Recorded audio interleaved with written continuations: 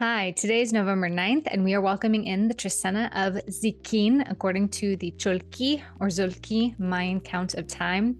So today I'll be going over the next 13 days, what that looks like for us as we watch and observe the Noales and the Mayan count of time, as well as how that threads in with the Western astrological cosmic weather that is coming forward.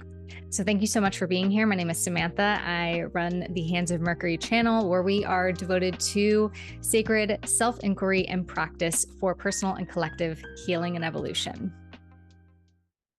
So in the Cholq'Ij calendar or count of time, we have a 260-day cycle that is roughly 9 months, and that is divided by 20 Noales or Chumilal that we observe in congruence with 13 numbers or galactic tones.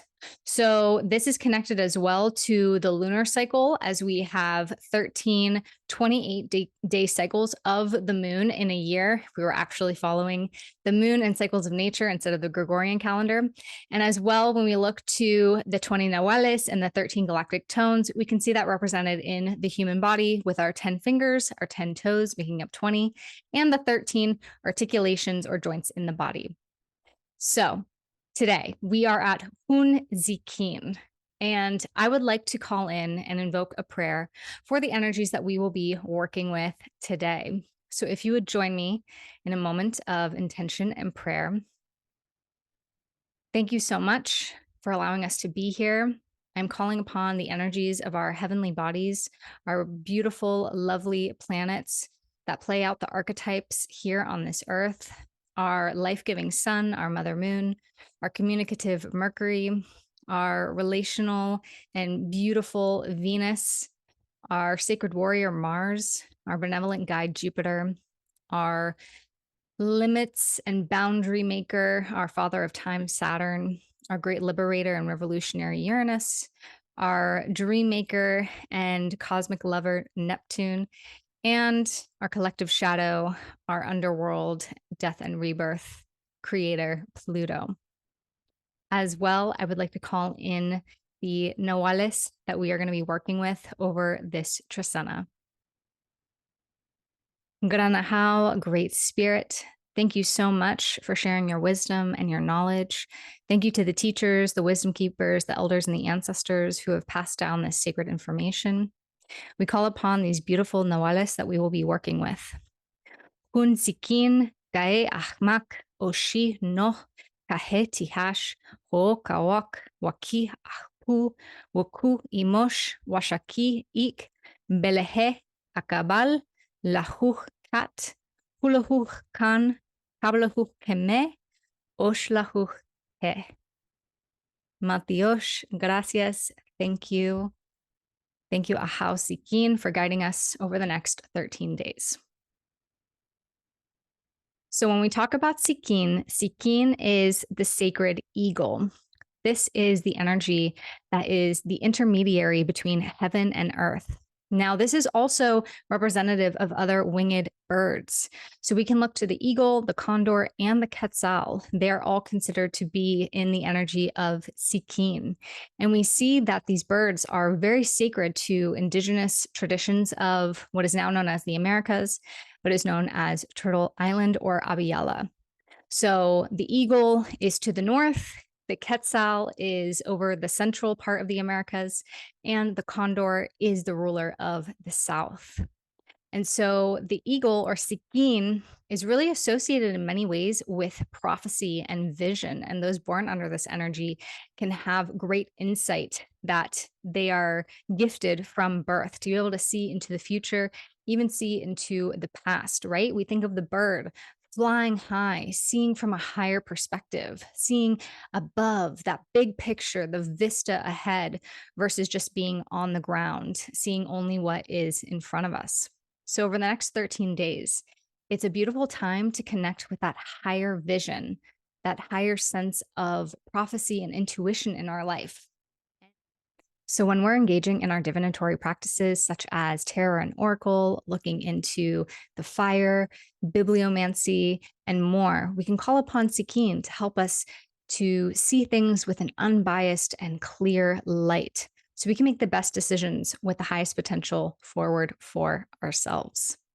In the Maya tradition, it is appropriate to give offerings and prayer and commune in ceremony with Tz'Ikin when we are looking to ask for abundance in our material wealth, in our businesses, for our employees, and for our resources. So Tz'Ikin is seen as a symbol of good luck. So we can give offerings of seeds, of corn, of cacao, in the hopes that we are receiving abundance, not only for ourselves, but for our team around us, for our families, for our community. And we also see this really beautiful connection with Tz'Ikin as shared in the Popol Vuh, as my teacher taught me, that Tz'Ikin was showing the humans where the corn could be found. So we see this beautiful tie-in of wealth and abundance really being connected to food and food safety. And food safety is really important. We have a hard time and have challenges accessing this place of higher wisdom, of spirit, of philosophy, if we do not have our basic needs, if we do not have food safety. So this is also a beautiful Trecena to give back. If there are ways in your community that you can help others become more food secure, this is a really beautiful Trecena to do that sacred action under. I'd like to give some insight on just how you can observe the Nawales in the coming 13 days. On November 10th, we honor Kai Achmak to Achmak. So this is a day where we can ask for forgiveness in the ways that we have conducted ourselves with partnerships, with relationships, and with what we call the other. So that us versus them mentality. This is a day to look at any guilt that we may be harboring and any ways that we have also transgressed against ourselves through our relationships with others in ways that we haven't upheld our own boundaries and self-esteem. So this is a beautiful day to honor that forgiveness and also to have a conversation, a partnership conversation, a relationship conversation. On November 11th, we honor Oshi Noh, 3 Noh, and this is a day to take action through honoring wisdom versus just knowledge. So taking action in a way that honors our mental perceptions that are connected as well to spirit. On November 4th, we honor Kahe Tihash. This is the day before that new moon. So it's a balsamic moon phase. It's when the moon is the darkest in the sky. This is also a time that it's known that our intuitive senses really wake up because we can no longer see with the light of the moon. And Kahe Tihash is the obsidian blade, and for Kahe is stability. So this is a day where we can release, we can use the obsidian blade, which can be seen as an energetic use to cleanse ourselves. This is a great day for cord cutting ritual. This is a great day for meditating with an obsidian stone or even an obsidian mirror, as seen in the Mexica Azteca tradition as well, meditating with that obsidian mirror in an act of shadow work. And so this is a day to really prep and prepare ourselves for that new moon. We have that new moon aligning with Cholq'Ij, 5 Kawak, where we are empowered by the energy of the storm. We then have on November 14th, Waki-Aku. So this is the darkness of the sun. Waki is 6. So this is a day to honor the dark sun, which we can see as well as the sun of the underworld, which really aligns with that new moon in Scorpio, where we are moving into the darkness of this moment, especially in the Northern Hemisphere, moving into that time of winter, of shadow. Ahpu as well is connecting to our inner warrior, but also connecting to the shadows of that inner warrior and the things that we're willing to fight for and the things that we fight for that may not be so necessary. So those things can come up on Waki Ahpu. Then we move to Wuku Imosh, 7 Imosh. This is the awakening of the waters. Imosh is the sacred waters. So the waters of our inner world, our inner emotions. This is our psychic and sensual abilities as well. And so on this day, We can really connect with our deeper emotional world. This is a wonderful day to allow ourselves to process anything out that we may be holding on to, especially if we are holding on to tears and grief that needs to be released. This is a wonderful day to work with that, as well as to honor the sacred waters, bring an offering to a body of water, and to pray for clean water for all. November 16th, we honor Oashaki. Ik is the hummingbird. Washaki is 8. It's the energy of justice, discipline. So this is a day where we can discipline ourselves to hold a better collective and personal vision. This is a day to remind ourselves that it takes much more discipline to remain open-hearted, much more discipline to remain soft, to remain gentle, to remain a nurturer, to remain seeing the best in one another. And so I encourage you to not only hold that self accountable when it comes to the discipline of spirit, of kindness, but to also be a lighthouse for others in engaging in that kind of discipline, especially at this fragile time in our world. On the Mars Kazemi, November 17th, we honor Belehe Akabal, the rebirth of duality, the rebirth of partnerships. November 18th, we honor Lahu Kat. 10 Kat is the manifestation of the sacred web and the sacred spider. So this is a beautiful day if you are looking to call in more community connection and network, as well as releasing any entanglements that you feel you've gotten yourself into at this time, and to reconcile, repair, and resolve. On November 19th, we honor Huluhukan. Huluhu is 11. It is about resolve and resolution. And Gan is the sacred serpent, Quetzalcoatl, Cucumatz, Cucucan. And this is about our sacred spiritual sexual energy, the energy that lives in the spine, the Kundalini energy, as the yogis know it as.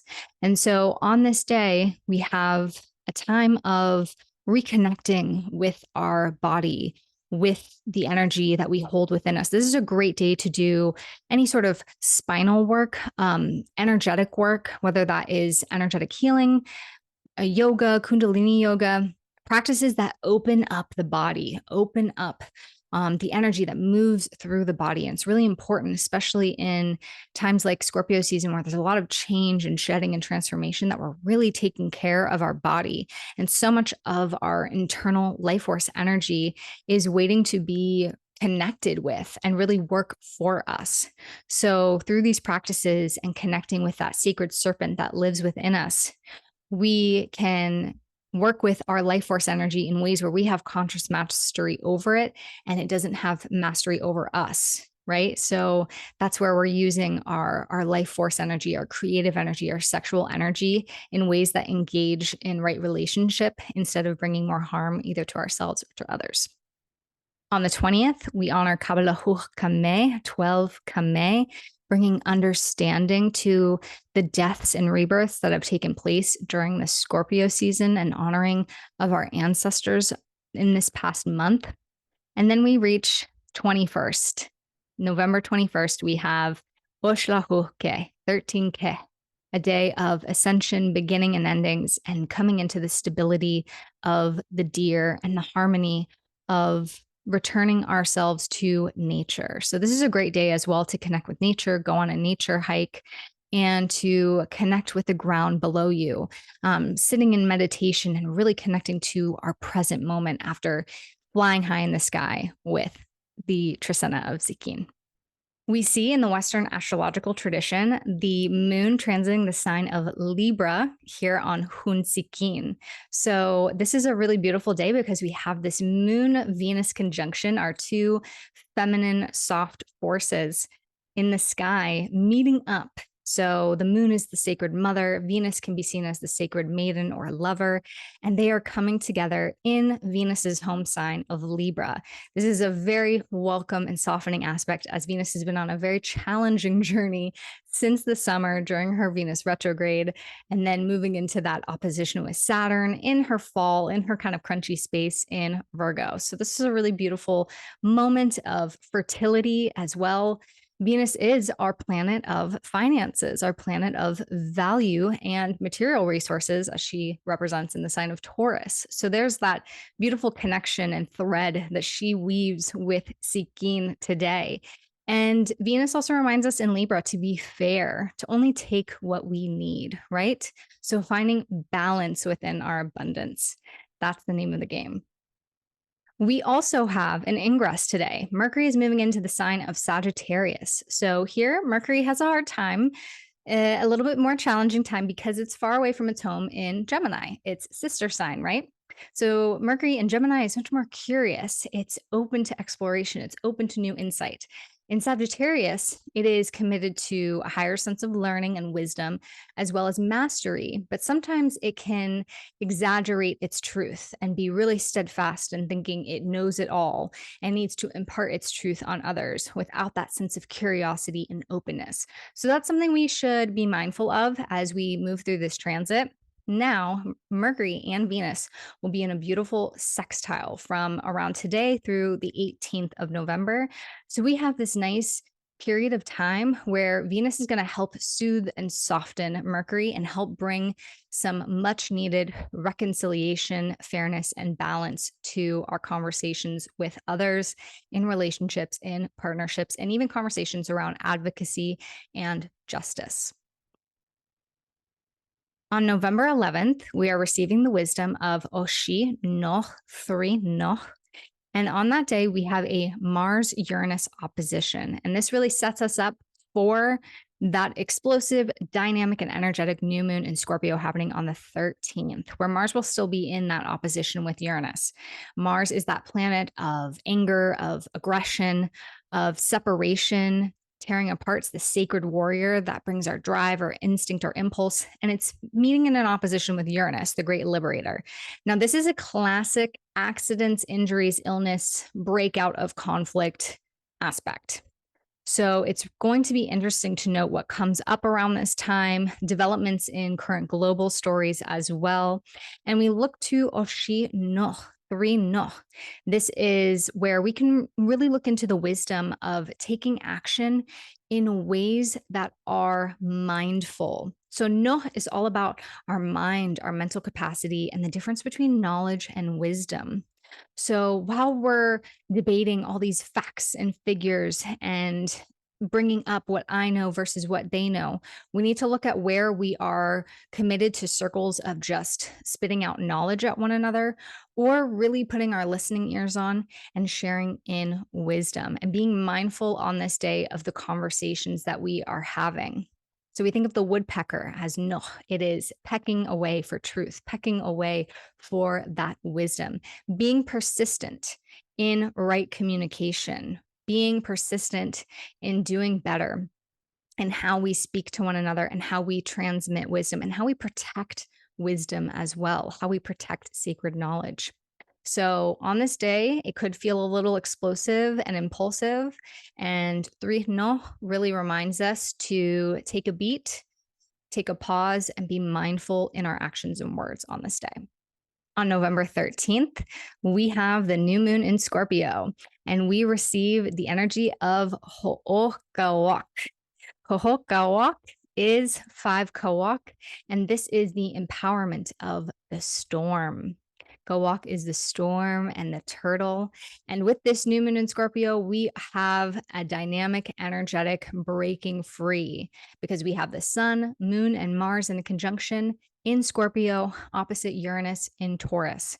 This can feel like life and death, as this is that spectrum.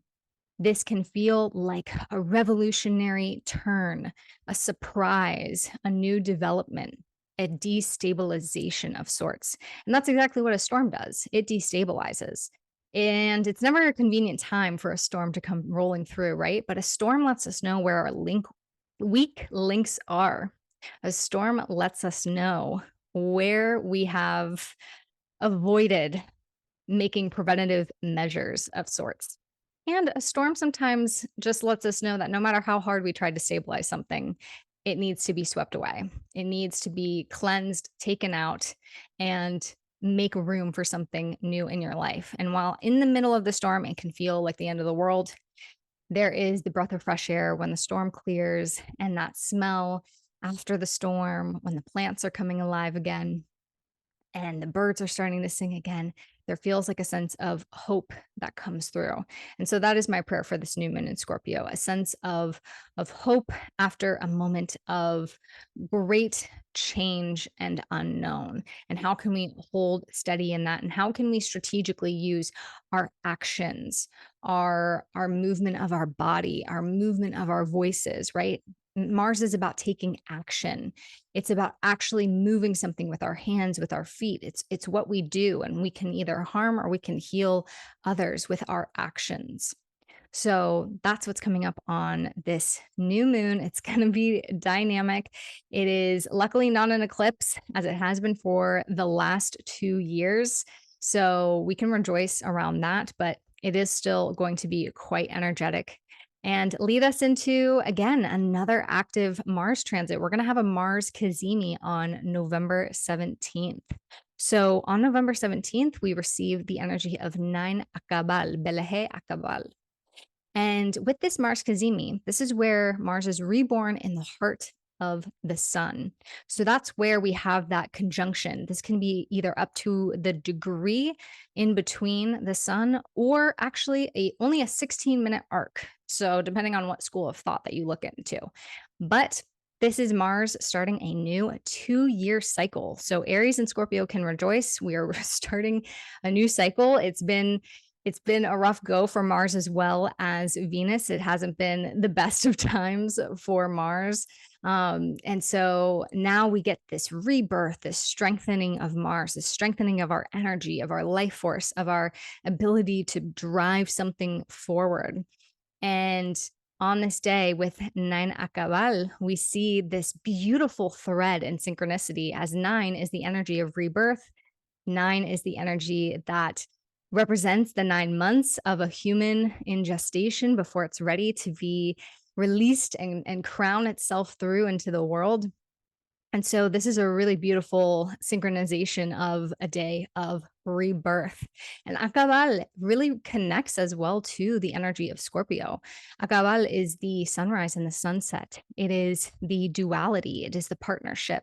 In some ways, it is the yin and the yang.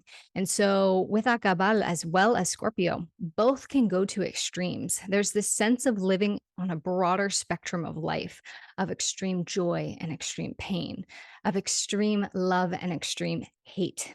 They are the ones that can shine the brightest light and cast the harshest shadow sometimes. And so, with both of these energies, it's important to bring balance again, right? How can we live in that balanced space while also honoring how beautiful it is that we have that wider spectrum and array of colors to live in between with, but we can't always be on the ends of extremes. And so recognizing where it's dangerous when the pendulum swings all the way the other way, and how can we bring something back to center, both personally and collectively. On November 20th, we receive the energy of Kabbalah, and we have a Sun sextile Pluto transit. So over the course of November 20th and 21st, we have both the Sun and Mars making a more harmonious transit to Pluto than they had in the sign of Libra. So it was quite explosive when we had Mars in that square with Pluto on October 8th.